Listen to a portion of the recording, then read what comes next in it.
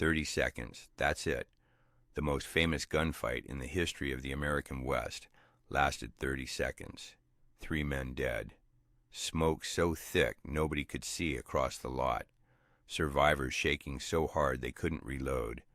30 seconds, and Hollywood turned it into 150 years of mythology. But here's what nobody tells you. The OK Corral wasn't even close to being a typical gunfight.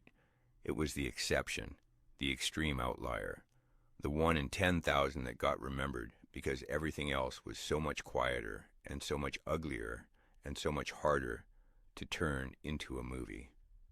Today we're pulling apart the myth, not with opinions, with numbers, with documented reality, with the actual record of what happened when men in the Wild West reached for their guns. And what that record shows is going to change the way you watch every Western you've ever seen. Let's start with the number that breaks everything. In Dodge City, the most famous gunfighting town in American history, the place that became synonymous with frontier violence, the town whose name entered the English language as shorthand for dangerous. The average number of homicides per year during its most violent period was less than 5. Less than 5. For the entire town, every month, every week, every day of every year, 5. In the same period, cities back east were recording homicide rates 10 to 20 times higher per capita. The dangerous, lawless, violent frontier town of Dodge City was statistically safer than most eastern cities of the same era. Nobody made movies about that. Nobody sold dime novels about the startling ordinariness of most days in Dodge City. Because ordinariness doesn't sell, violence does, and so violence is what got recorded, what got amplified, what got turned into a cultural mythology so powerful that 150 years later it still shapes the way the entire world thinks about America. Here's what actually caused violence in the Wild West. Not honor, not courage, not the clean moral arithmetic of the better man winning. Alcohol. The overwhelming majority of documented violent incidents in frontier towns occurred in or immediately outside saloons, late at night, between men who had been drinking for several hours.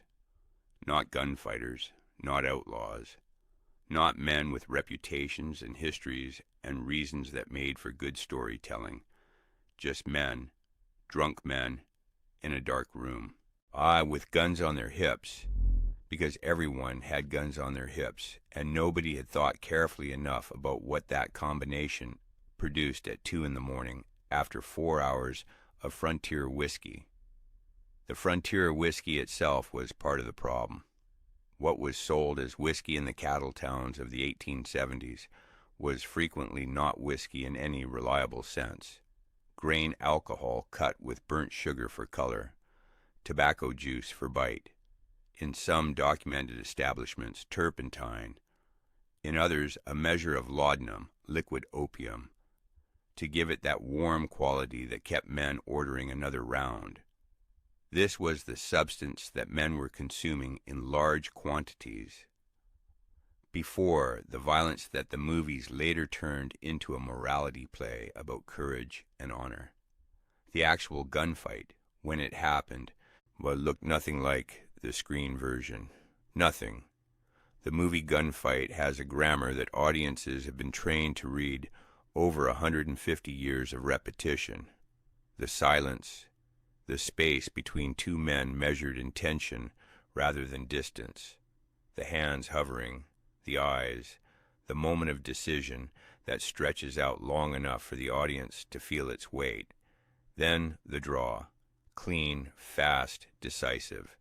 One man standing, justice administered. The real gunfight had a different grammar entirely. It started without announcement. There was no stillness, no ritual space of acknowledgement between the participants.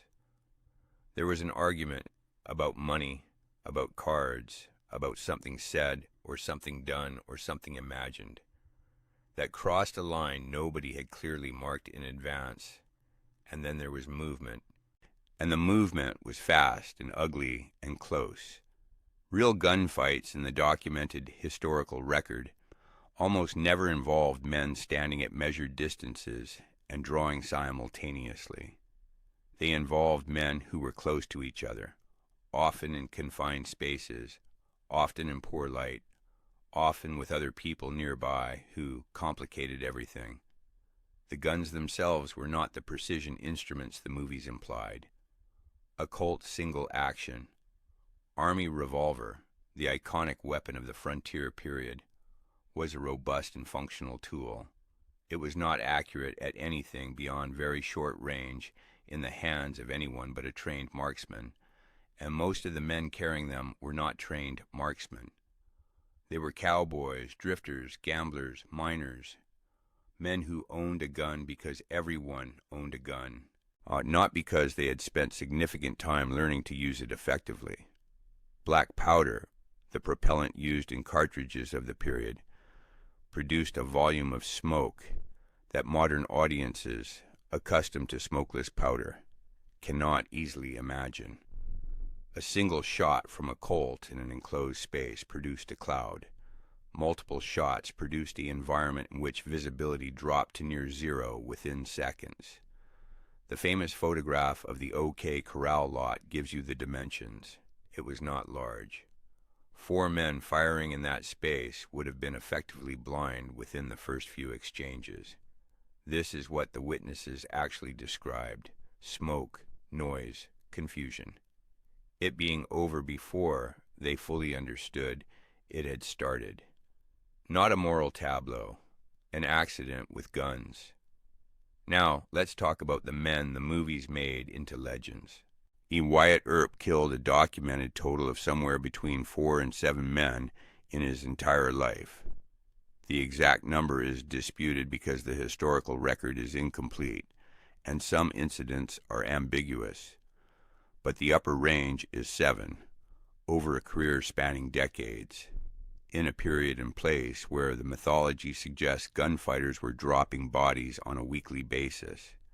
He was also, during significant portions of his career, a gambler and a saloon operator whose establishments generated income in ways that had nothing to do with law enforcement. His famous composure under pressure was real, but it was the composure of a man who had learned through direct experience what actually got people killed on the frontier, and was careful about those specific things. Not a born hero with a natural gift for righteous violence. Yet a pragmatic and intelligent man who understood his environment and operated within it effectively. Wild Bill Hickok killed fewer than 10 people in his documented life. Fewer than 10. For the man whose reputation as a gunfighter was so enormous that strangers traveled hundreds of miles, simply to be in the same room with him, whose name alone was supposed to change the temperature of any situation he entered. Fewer than 10. He was also, by the end of his life, nearly blind from untreated gonorrhea that had been progressing for years. The famous eyes that supposedly caught threats before they fully formed could barely focus in strong light. He spent the last months of his life in Deadwood playing cards and trying to win enough money to send back to his wife. And because the legend didn't pay, and the reality was a sick man running low on options. He died from a bullet in the back of the head. No warning, no draw, no final demonstration of the skills the legend attributed to him. A drifter named Jack McCall walked up behind him during a poker game and fired from a distance of inches. The cards in Hickok's hand became famous afterward.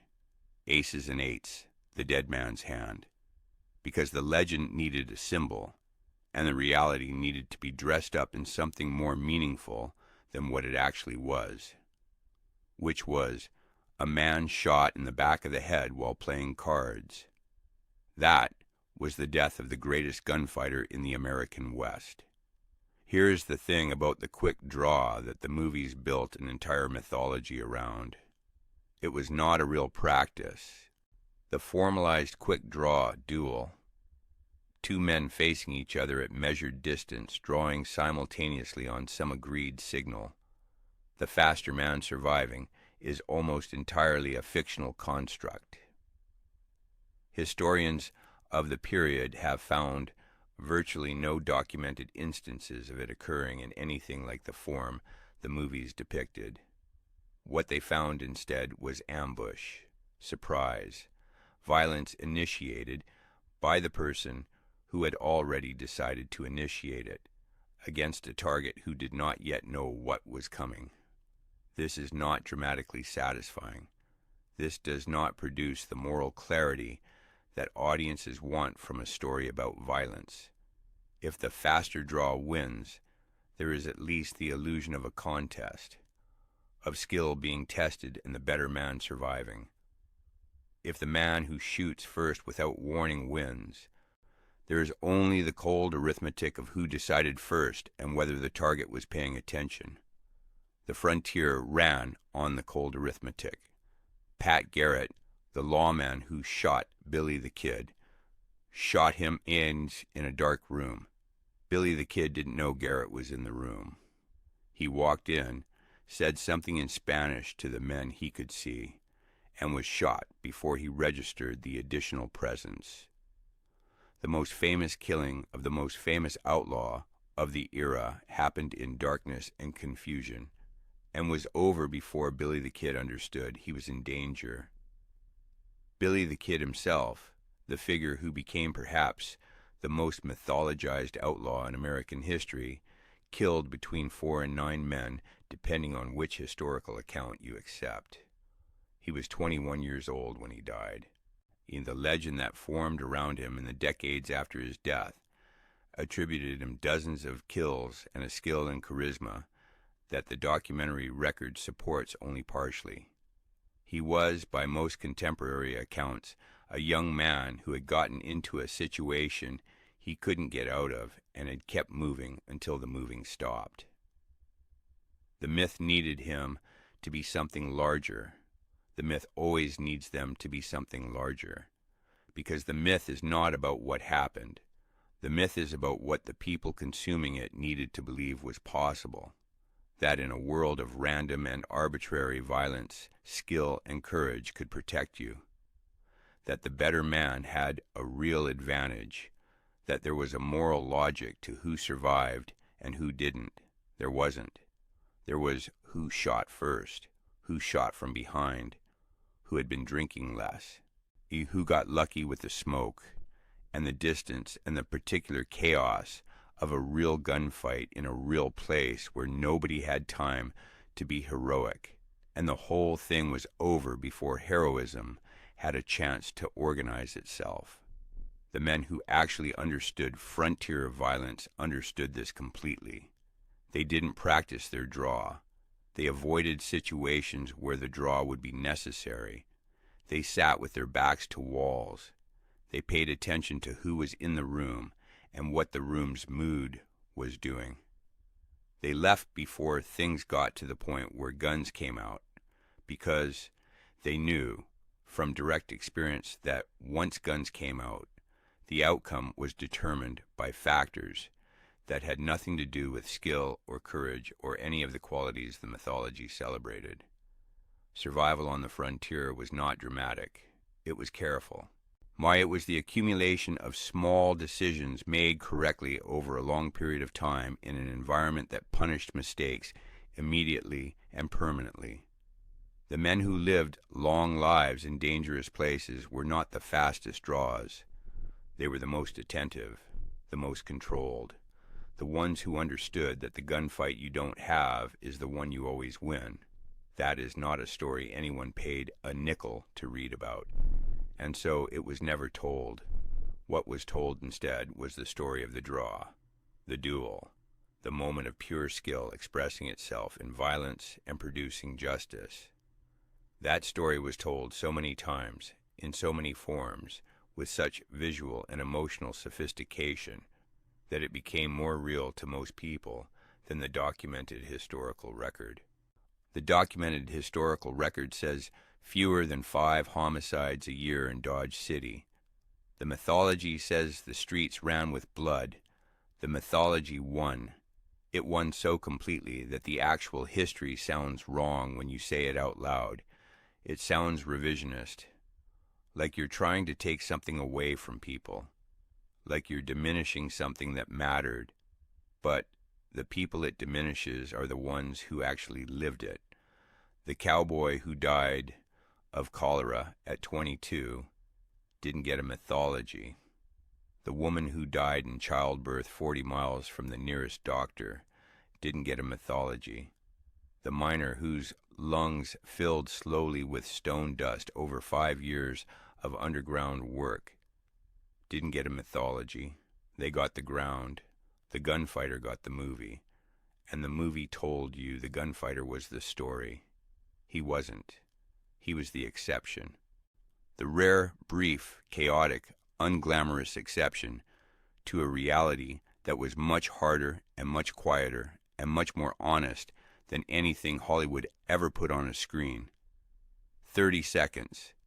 That's what the myth was built on. 30 seconds of smoke and noise and shaking hands. And 150 years of everything that came after.